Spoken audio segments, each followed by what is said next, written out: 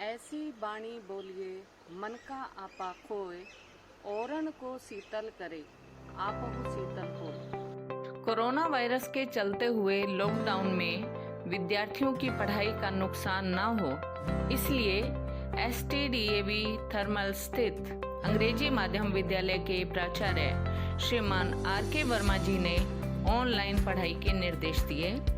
इसी प्लेटफॉर्म पर विद्यालय का परीक्षा परिणाम भी जारी किया गया तथा बच्चों को व्हाट्सएप ग्रुप के जरिए पढ़ाने का कार्य शुरू किया गया। बच्चों को ऑनलाइन पढ़ाने के साथ साथ विभिन्न गतिविधियों से भी जोड़ा गया ताकि बच्चे बोरियत ना महसूस करें। उन्हें चित्रकला, योग, प्रार्थना, वैदिक मंत्रोच्चारण स्वयं अध्यापकों द्वारा वीडियो के माध्यम से करवाया जा रहा है। जो गतिविधियां विषयानुसार कक्षाओं में होनी थी, वे अब बच्चे, शिक्षक व अभिभावक मिलकर मनोरंजन के साथ कर रहे हैं। इसी क्रम में आज हम भाषा कौशल की विविध विधियों पर प्रकाश डालेंगे। तो भाषा कौशल की जो विधियां हैं वो कौन कौन सी हैं? सबसे पहले तो है श्रवण कौशल, दूसरा है वाचन कौशल, तीसरा है पठन कौशल और अंतिम है लेखन कौशल। आज हम भाषा कौशल की इन विविध विधियों में से, शिक्षण की जो विविध विधियां हैं उनमें से किसी एक विधि को हम अपने गतिविधि में शामिल कर रहे हैं। वो है वाचन कौशल। वाचन कौशल यानी बोलना। आप किस तरह से बोलकर अपने विचार अभिव्यक्त करते हैं। मनुष्य जब अपने विचारों की अभिव्यक्ति के लिए भाषा का बोलकर प्रयोग करता है तो उसे मौखिक अभिव्यक्ति कहते हैं और यही वाचन कौशल है। इस कौशल का महत्व इस बात में है कि सामान्य विचारों के द्वारा इस कौशल को बताया जाए। अशिक्षित व्यक्तियों के पास तो अभिव्यक्ति हेतु यही कौशल मुख्य माध्यम होता है। ठीक है।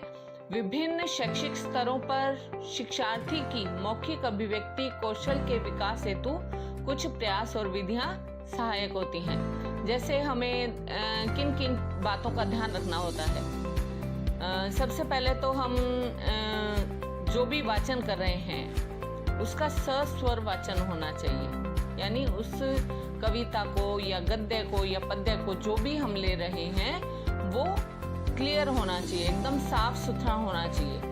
प्रश्नोत्तर विधि होनी चाहिए। ठीक है।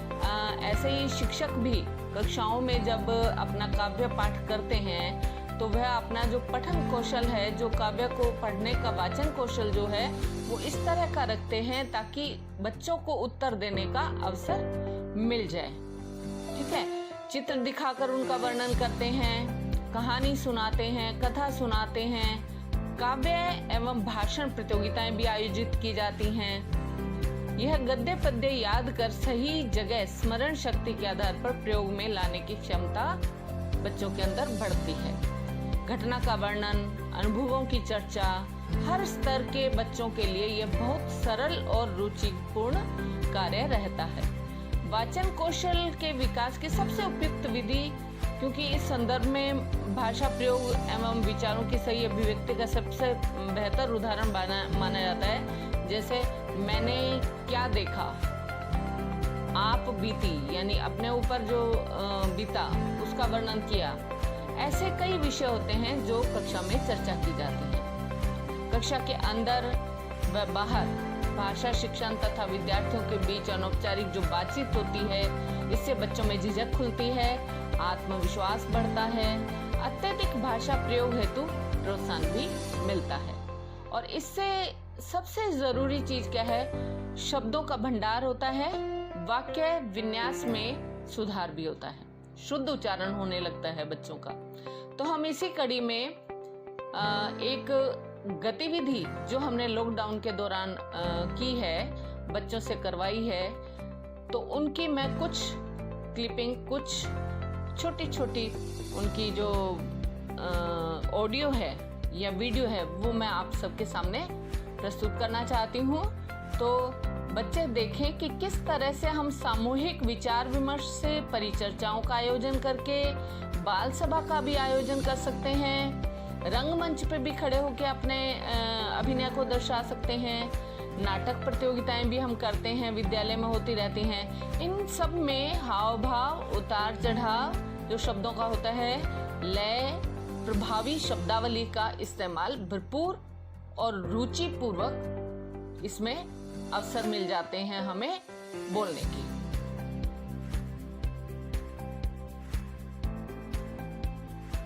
आज मैं आपके समक्ष विषय ऑनलाइन पढ़ाई के लाभों पर अपना विचार प्रस्तुत करने जा रही हूँ। जैसे कि हम सभी जानते हैं कि कोरोना वायरस की वजह से पूरी दुनिया में लॉकडाउन जारी किया गया है। इस लॉकडाउन की वजह से बहुत सी परेशानियां उत्पन्न हो रही हैं। इस वक्त भारत स्टेज 2 पर है और इसे स्टेज 3 से रोकने के लिए एक और तो केंद्र और राज्य सरकारें बड़े कदम उठा रही हैं, तो दूसरी ओर कोरोना वायरस की दवा बनाने के लिए हमारे वैज्ञानिक जुटे हुए हैं। इस कठिन परिस्थिति में भारत के प्रत्येक नागरिक को दृढ़ संकल्प, इच्छा शक्ति व स्नेह से काम लेना चाहिए। इस संक्रमण से बुखार, खांसी, सांस लेने में तकलीफ, नाक का बहना, गले में खराश होती है। इसका विशेष प्रभाव विद्यार्थी के जीवन में भी देखा गया है। विद्यार्थी को पढ़ाई करने में बहुत सी परेशानियां आ रही थी, परंतु हमारे होनहार और जाबाज शिक्षकगणों ने इसका हल निकाल लिया। उन्होंने ये सोचा कि वे हमें ऑनलाइन द्वारा पढ़ाएंगे। ऑनलाइन लर्निंग की मदद से विद्यार्थी अपने घर पर ही पढ़ाई का आनंद ले रहे हैं। इसकी मदद से विद्यार्थी अपना समय इधर उधर न गवा के केवल पढ़ाई की ओर ही ध्यान दे रहे हैं। ऑनलाइन पढ़ाई के लाभ की अगर बात करें तो सबसे उत्तम लाभ यह होगा कि वर्तमान हालात में सामाजिक दूरी बनाए रखने में ये ऑनलाइन पढ़ाई बहुत ही सहायक साबित हुई है, जिससे किसी भी वायरस के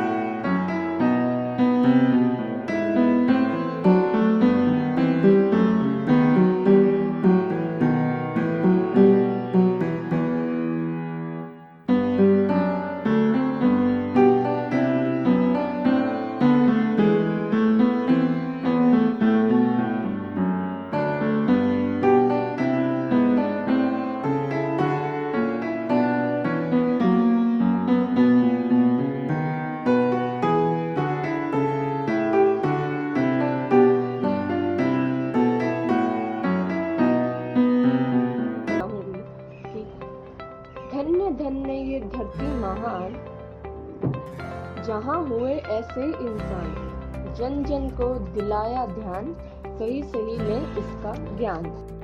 विद्यालय भवन बंद है, परंतु विद्यालय के कार्य निरंतर चल रहे हैं। हमारे प्राचार्य जी श्रीमान R.K. वर्मा जी का मैं पूरे स्टाफ की ओर से धन्यवाद देना चाहूँगी कि उनके मार्गदर्शन व दिशा निर्देश में यह कार्य सुचारू रूप से गतिमान है। धन्यवाद।